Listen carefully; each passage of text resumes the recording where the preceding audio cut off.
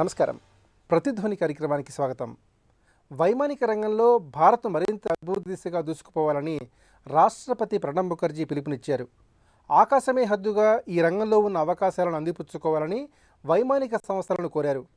2020 సంవత్సరం నాటికి ప్రపంచ వైమానిక విపణిలో భారత్ 3వ స్థానానికి చేరటమే మన లక్ష్యం కావాలన్నారు. నూతన ఆవిష్కరణలకు పెద్దపీట వేస్తూ భారత్ తయారీ కేంద్రంగా ఎదగాలని కోరుకున్నారు. విమానాశ్రయాల సంఖ్య పెరగడంతో పాటు ద్వితీయ, తృతీయ శ్రేణి నగరాలకు సేవలు అందాలని సూచించారు.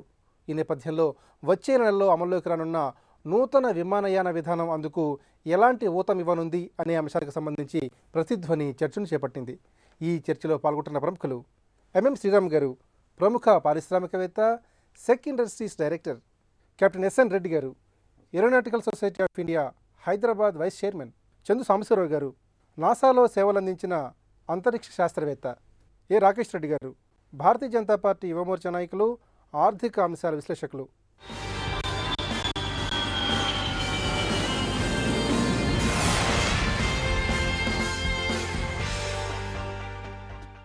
శ్రీరామ్ గారు, వైమానిక రంగంలో మన దేశం అభివృద్ధి దిశగా దూసుకెళ్లాలని చెప్పి భారత రాష్ట్రపతి ప్రణబ్ ముఖర్జీ పిలుపునిచ్చారు. మరి ఈ వైమానిక రంగంలో ఉన్నటువంటి పురోగతికి ఉన్న అవకాశాలని ఏ విధంగా విశ్లేషించుకోవాలి? నిన్న ఏదైతే 5వ విడత పౌర విమానయాన యొక్క ఎగ్జిబిషను ప్రపంచ స్థాయి ప్రదర్శన నిన్న జరిగింది హైదరాబాద్లో. ఈ సందర్భంగా రాష్ట్రపతి గారు మాట్లాడుతూ భారతదేశంలో ఉన్నటువంటి అవకాశాల గురించి చెప్పారు. ఈ మధ్యకాలంలో చూస్తున్నప్పుడు భారతదేశం యొక్క ఆర్థిక ప్రగతి రాబోయే 20 సంవత్సరాల్లో ప్రపంచంలో ఉన్నటువంటి అత్యున్నతమైనటువంటి ఆర్థిక వ్యవస్థలో ఒకటిగా 1, 2, 3 స్థానాల్లో ఉంటుంది అనేది విపరీతమైన చర్చ జరుగుతున్నాయి. దానిలో భాగంగానే మేక్ ఇన్ ఇండియా ఒక ప్రధాన అంశంగా తీసుకొని ఆర్థిక పురోగతికి బాటలు వేయడానికి గత 2 సంవత్సరాలు చూసినప్పుడు కానీ ఈ మధ్యకాలంలో ముంబైలో ఒక నెల రోజుల క్రితం ముంబైలో ఏదైతే మేక్ ఇన్ ఇండియా ఒక వారం రోజులు వారోత్సవాలు జరిగినప్పుడు ప్రపంచంలోనూ అలాగే భారతదేశంలో ఉన్నటువంటి పెద్ద పెద్ద పెట్టుబడిదారులు అలాగే మధ్య తరహా పెట్టుబడిదారులందరూ కూడా భారతదేశంలో వివిధ ప్రాంతాల్లో ఉన్నటువంటి పెట్టుబడి అవకాశాలని వాళ్ళు ఎన్నుకోవడం జరుగుతూ ఉంది. ఐటీ అండ్ అదర్ సెక్టార్స్లో భారతదేశం బాగుంది కాబట్టి ఈ మిగతా 3 ప్రధానమైనవి, ఒకటి manufacturing, agriculture and mechanisation, allied products, అలాగే టూరిజం సెక్టార్ని ప్రధానంగా దీన్ని ఇప్పుడు సివిల్ ఏవియేషన్ మనం మాట్లాడుకున్నప్పుడు టూరిజం సెక్టార్ని మనం ప్రధానంగా ఆలోచించాల్సి ఉంటుంది. సో ఈ 3 రంగాల్ని రాబోయేటటువంటి 10-15 సంవత్సరాల్లో బాగా ఎక్కువ ఫోకస్ పెట్టి చేయాలనేటువంటి ఆలోచన కేంద్ర ప్రభుత్వం అలాగే వివిధ రాష్ట్ర ప్రభుత్వాలు వాళ్ళ యొక్క రాష్ట్ర ఆర్థిక పురోగతి పాలసీల్లోనూ కూడా జరిగింది. అది చూసినప్పుడు ఇండస్ట్రియలైజేషన్ చేయాలన్నప్పుడు భారతదేశంలో వాళ్ళే కాకుండా విదేశం నుంచి వచ్చే వాళ్ళందరూ కూడా సమయం చాలా ముఖ్యమైనది ఇప్పుడు. అలాగే ఆర్థిక ప్రగతి పెరుగుతున్నప్పుడు ఎక్కువ మంది ప్రయాణం త్వరితగతిని చేయాలనుకున్నప్పుడు సో పౌర విమానయానం యొక్క అభివృద్ధి చాలా బాగుంటుంది. సో ఇది లింక్డ్ అనమాట. ఎకనామిక్ యాక్టివిటీ పెరుగుతున్నప్పుడు ప్రజల యొక్క ఆర్థిక కొనుగోలు శక్తి మన ఈ మధ్య రాష్ట్ర ప్రభుత్వాల యొక్క ప్రవేశపెట్టేటటువంటి బడ్జెట్ చూసినప్పుడు కూడా వ్యక్తిగత ఆదాయం పెరుగుతుందని చూస్తున్నాము. ఆదాయం పెరిగే కొద్ది కూడా వాళ్ళ యొక్క సౌకర్యాలు కూడా మెరుగుపడుతూ ఉంటాయి.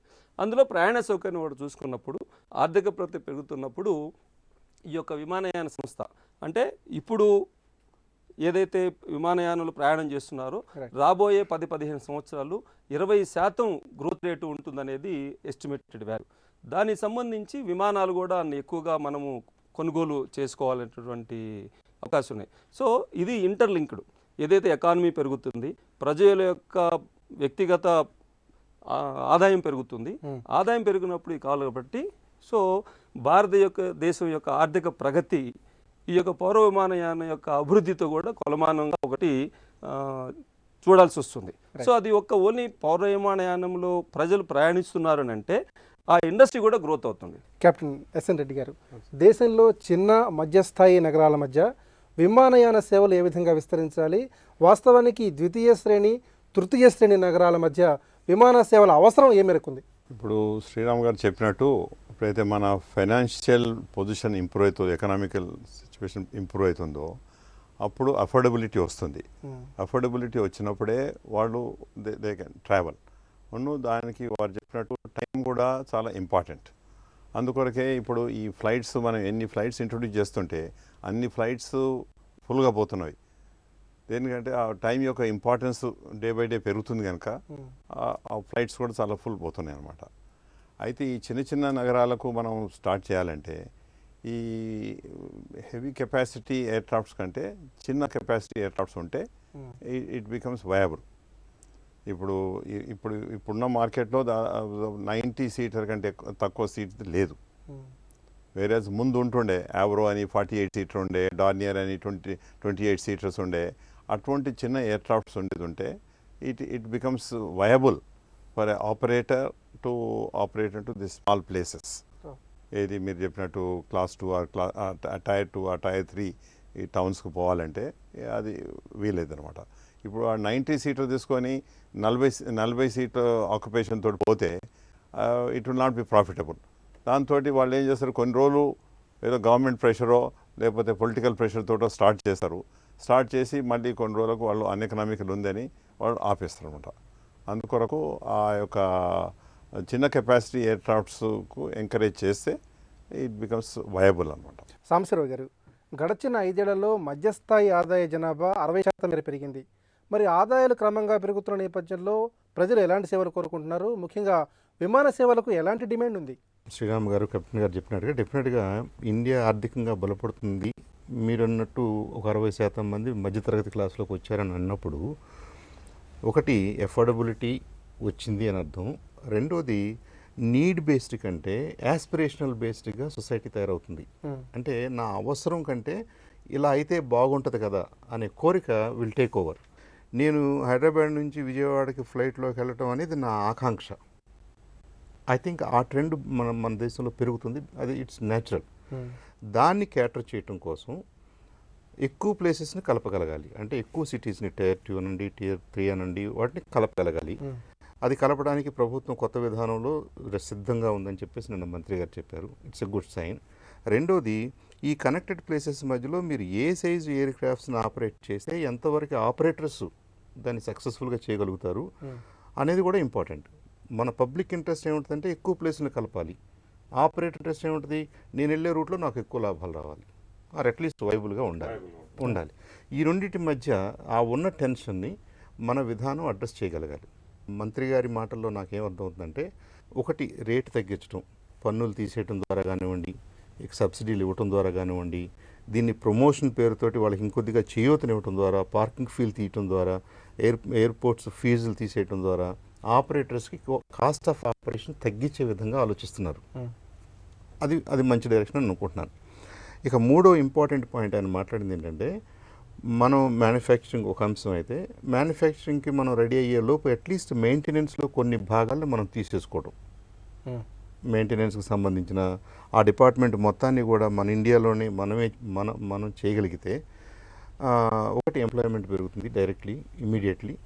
రెండోది, రిప్లేస్డ్ పార్ట్స్కి ఇక్కడ మార్కెట్ క్రియేట్ అవుతుంది. కొత్త పార్ట్స్ మనం తయారు చేసుకునే అవకాశాలు వస్తాయి. ఇక మూడోది, because we are cheaper compare to any other country, మిగతా ఆపరేటర్స్ ఎక్కడెక్కడికో వెళ్లకుండా మనల్ని ఒక మెయింటెనెన్స్ హబ్గా చూసుకునే అవకాశం కూడా ఉంటుంది. కాబట్టి make in India dream realise అవుతుంది. మనకు లాట్ ఆఫ్ యంగ్స్టర్స్కి ఆపర్చునిటీస్ వస్తాయి. That will support smaller aircrafts and smaller operators. ఎక్కువ ప్లేసెస్ని కనెక్ట్ చేయడానికి వీలవుతుంది, ఎక్కువ మంది ట్రావెల్ చేయడానికి వీలవుతుంది. ఇవన్నీ కూడా ఒకదానికొకటి ఇంటర్లింక్డ్ కాబట్టి మంత్రి గారి ఆలోచన బాగుందని, గవర్నమెంట్ చక్కగానే ఆలోచిస్తుందని మనం అనుకోవాలి.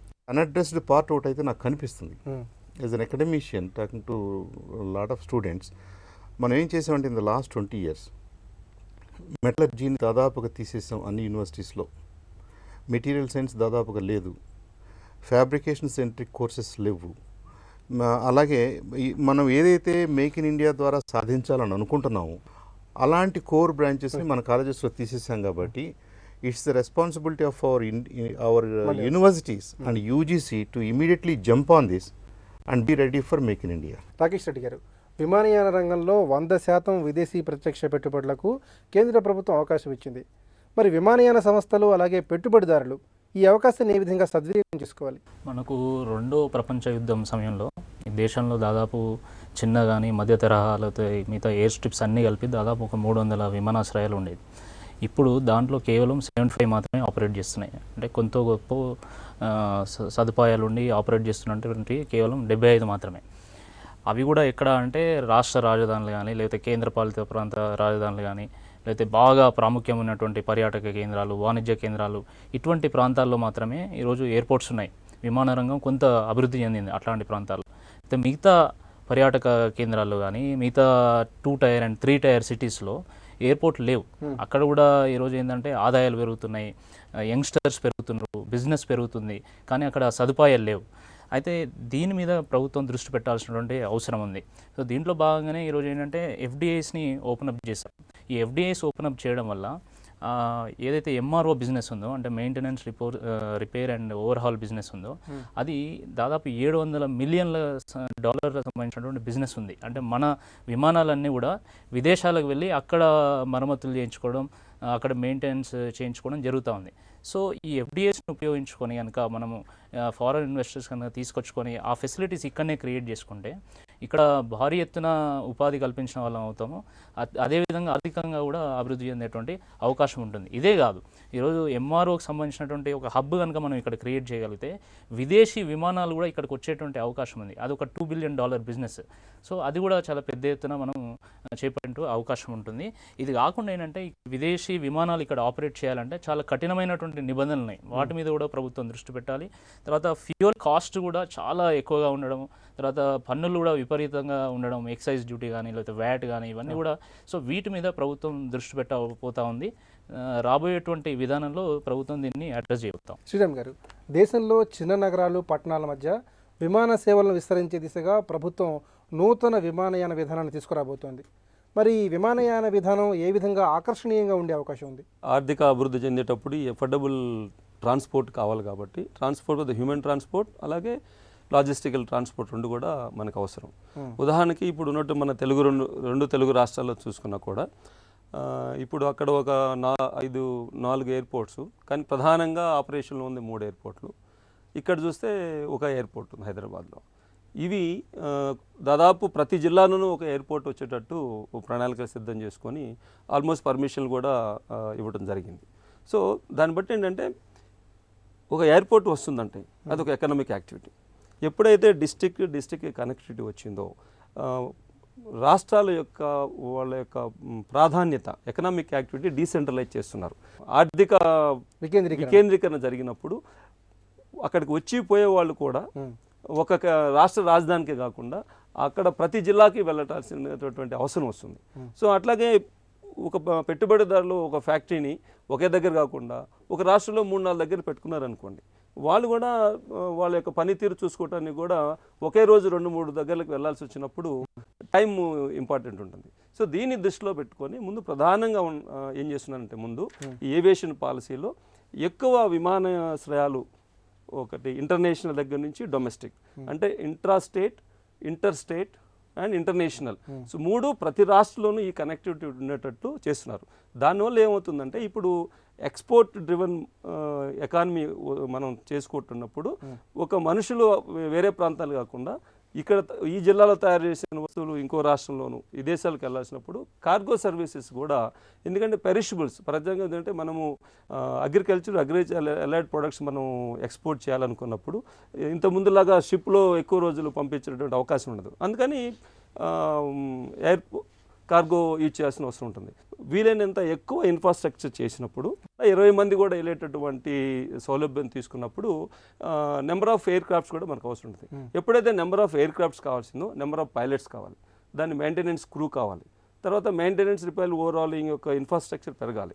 సో వీటన్నిటిని దృష్టిలో పెట్టుకొని, అంటే మంత్రి గారు కొత్త పాలసీలు ఏంటంటే ప్రధానంగా తీసుకుంది 500 కిలోమీటర్లు $2,500 ఖర్చు పెట్టుకొని వెళ్ళగలిగేటటువంటి సౌలభ్యాన్ని కేంద్ర ప్రభుత్వము, అలాగే కేంద్ర ప్రభుత్వం తీసుకున్నటువంటి దాంట్లో ప్రతి రాష్ట్రం కూడా అంటే ATR వీటన్నిటిని కూడా charges, fuel charges, royalty charges కేంద్ర ప్రభుత్వం తీసుకున్నప్పుడు సో ఎకనామిక్ గ్రోత్లో ఇవన్నీ తీసుకున్నట్టు విమానయానే కాకుండా ఆర్థిక ప్రగతిలో తీసుకు కాబట్టి 2-3-4 అంశాలు వాళ్ళు తీసుకొని రాష్ట్ర ప్రభుత్వాలను కూడా అందులో భాగస్వాములు కామని కోరుకుంటారు. కెప్టెన్ ఎస్ఎన్ రెడ్డి గారు, 2020 సంవత్సరం నాటికి వైమానిక విపణిలో మన దేశం 3వ స్థానాన్ని సంపాదించుకోవాలని చెప్పి మన దేశం లక్ష్యంగా నిర్దేశించుకుంది. మరి ఇందుకు ప్రభుత్వ పరంగా ఎలాంటి ప్రోత్సాహకాలు అవసరం? ఇప్పుడు ప్రభుత్వం తరఫు నుంచి వాళ్ళు ఎక్కువ ఏవియేషన్ యాక్టివిటీ కావాలని ఎంకరేజ్ చేస్తున్నారు. ఎట్లా అంటే ఫ్యూయల్ మీద కస్టమ్ డ్యూటీ తగ్గించడము, లేకపోతే స్టేట్లలో సేల్స్ ట్యాక్స్ తగ్గించడము. ముందు ఒక టైంలో ఇక్కడ ఈ ఆంధ్రప్రదేశ్లో 33.5% ఉండే సేల్స్ ట్యాక్స్ ఫ్యూయల్ మీద, దాని నుంచి 16% చేసినారు. ఇప్పుడు 16% నుంచి ఇక్కడ తెలంగాణలో ఇప్పుడు 4% ఉంది. ఆంధ్రప్రదేశ్లో to encourage more aviation activity they have reduce to 1%. So అట్లా గవర్నమెంట్ కొన్ని ఎంకరేజ్మెంట్ చేస్తుంది. స్టేట్ లెవెల్లో చేస్తున్నారు, సెంట్రల్ లెవెల్లో చేస్తున్నారు. ఆ చిన్న చిన్న ఎయిర్పోర్ట్స్ ఉపయోగం చేసుకుంటే ఆ ఉపయోగానికి ఏదైతే వీళ్ళకు ట్యాక్సెస్ ఎక్స్పెండిచర్ ఉంటుందో అది కూడా వాళ్ళు గవర్నమెంట్ ఆఫ్ ఇండియా తగ్గిస్తుంది. దాంతో it will be a kind of encouragement for the operators to operate in to the small places.